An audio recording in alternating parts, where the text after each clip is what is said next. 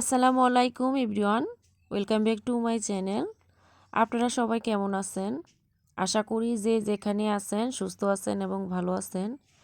আমরাও এই তো আপনাদের দোয়া ভালো আছি। তো আজকে হয়েছে আমি এই যে আরেকটা নতুন ভিডিও নিয়ে চলে আসলাম আপনাদের মাঝে। আর এই যে এটা হয়েছে আমাদের উঠানে একটা লিচু গাছ। তো এই যে মাশাআল্লাহ লিচুর ফুল চলে আসছে। তো যদি লিচু ধরে তাহলে কিন্তু আমি আপনাদের সঙ্গে শেয়ার করার চেষ্টা করব। আর অনেকগুলা কিন্তু রোজা চলে গেছে। তো কার কেমন রোজাগুলি কাটছে অবশ্যই কমেন্টের মাধ্যমে জানাবেন। আমার তো আলহামদুলিল্লাহ ভালোই কাটছে। গত বছর আপনাদের ভাইয়া ছিল আমার সাথে, তো আরও ভালো ছিল। তো এখন একটু মন খারাপ, কারণ গত বছর কিন্তু আপনাদের ভাইয়ার সাথে আমি খুব আনন্দ সহকারে রমজান গুলা পালন করছি। তো এবছর তো আপনাদের ভাইয়া নাই, অনেক মিস করি আমি তাকে। তো আজকে হয়েছে আমি খিচুড়ি রান্না করব, বুনা খিচুড়ি। তো প্রত্যেক দিন কিন্তু বাজা খাওয়া হয়, তো ভাবলাম যে আজকে পেঁয়াজু আর ছোলা বুট আজকে বানাবো না। তো সে কারণে আজকে আমি বুনা খিচুড়ি রান্না করব। তো আমি কিন্তু অনেকবার শেয়ার করছি, আমার ভিডিও আছে এর আগে। তো আজকে যেহেতু রান্না করতেছি তো ভাবলাম যে আর একটু আপনাদের সঙ্গে শেয়ার করি। তো এখানে হয়েছে আমার যা যা লাগে আমি সব কিছু এখানে নিয়ে নিছি খিচুড়িটা রান্না করার জন্য। তো আপনারা কি একটা জিনিস লক্ষ্য করেছেন বলেন তো? আমি কিন্তু ভিডিওতে শেয়ার করছি যে আমার চুলাটা, তো সেই স্বপ্নের চুলাটা কিন্তু আজকে আমি প্রথম এই বুনা খিচুড়ি রান্না করতেছি। তো আমার কাছে তো খুবই আনন্দ লাগতেছে, আজকে আমি প্রথম এই চুলাটা রান্না করতেছি। হয়তো বা অনেকের কাছে মনে হতে পারে যে এটা তো সামান্য একটা চুলা।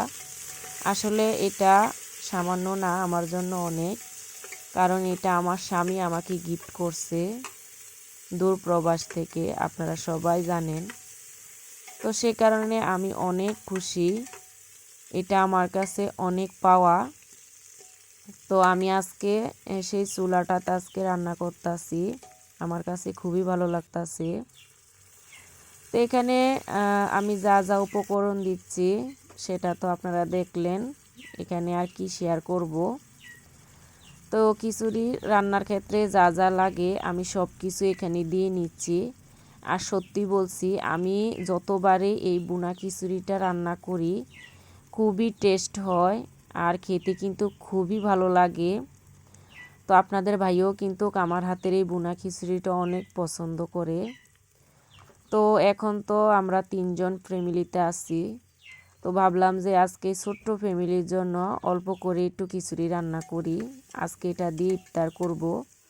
আর এখন হয়েছে বিকালবেলা, আসরের পর হয়েছে আমি এই খিচুড়িটা রান্না করতেছি ইফতারের আগ মুহূর্তে।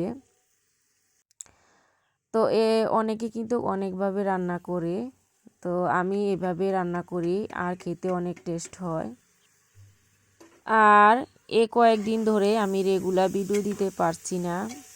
আমি এখন যেহেতু রমজান মাস, সেই কারণে আমি কোরআন তেলাওয়াত করি, আমি সময় পাই না।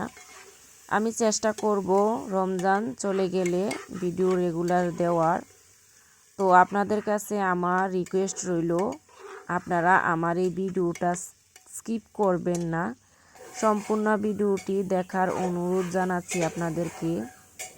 আপনারা যারাই ভিডিও দেখবেন পুরাটা ভিডিও দেখবেন। আমি কিন্তু যার ভিডিও দেখি আমি অ্যাড সহ পুরা ভিডিও দেখার চেষ্টা করি। তো আপনাদের কাছে আমার এই একটা রিকোয়েস্ট রইল, আপনারা যারাই আমার ভিডিও দেখেন অ্যাড সহ দেখবেন।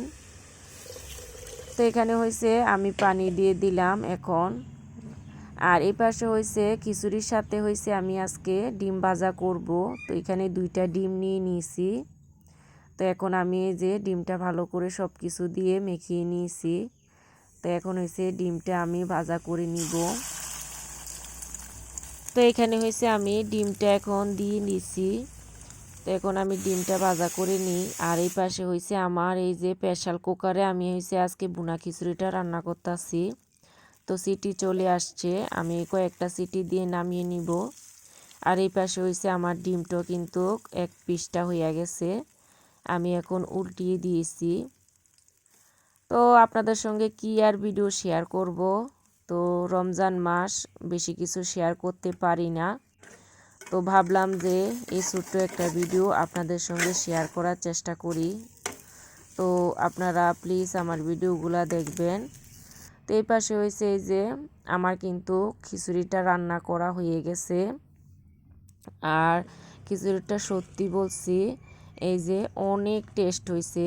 আমি তো এখন ভয়েস দিচ্ছি, যখন আমি খেয়েছিলাম আমরা মা মেয়ে তৃপ্তি করে আমরা এই খিচুড়িটা খেয়েছি। তো আমার কাছে খুবই ভালো লাগলো, আর খুবই একদম সফট হয়েছে খিচুড়িটা। তো একদম নরম হয়েছে, ভালো হয়েছে খেতে। তো আমি এইভাবে সবসময় আমি রান্না করার চেষ্টা করি। তো এই পাশে হয়েছে এখন ইফতারের টাইম হয়ে গেছে, আজকে আর অন্য কিছু তৈরি করলাম না। তো এটা দিয়ে আজকে আমাদের ইফতার হয়ে যাবে। তো এখন হয়েছে আমি এই যে এখানে হয়েছে ডিম নিয়ে নিয়েছি আর হয়েছে খিচুড়ি। তো এখন হয়েছে আমি পানি আর শরবত খেয়ে তারপরে এখন এই যে ঘরে রুমে বসে পড়লাম।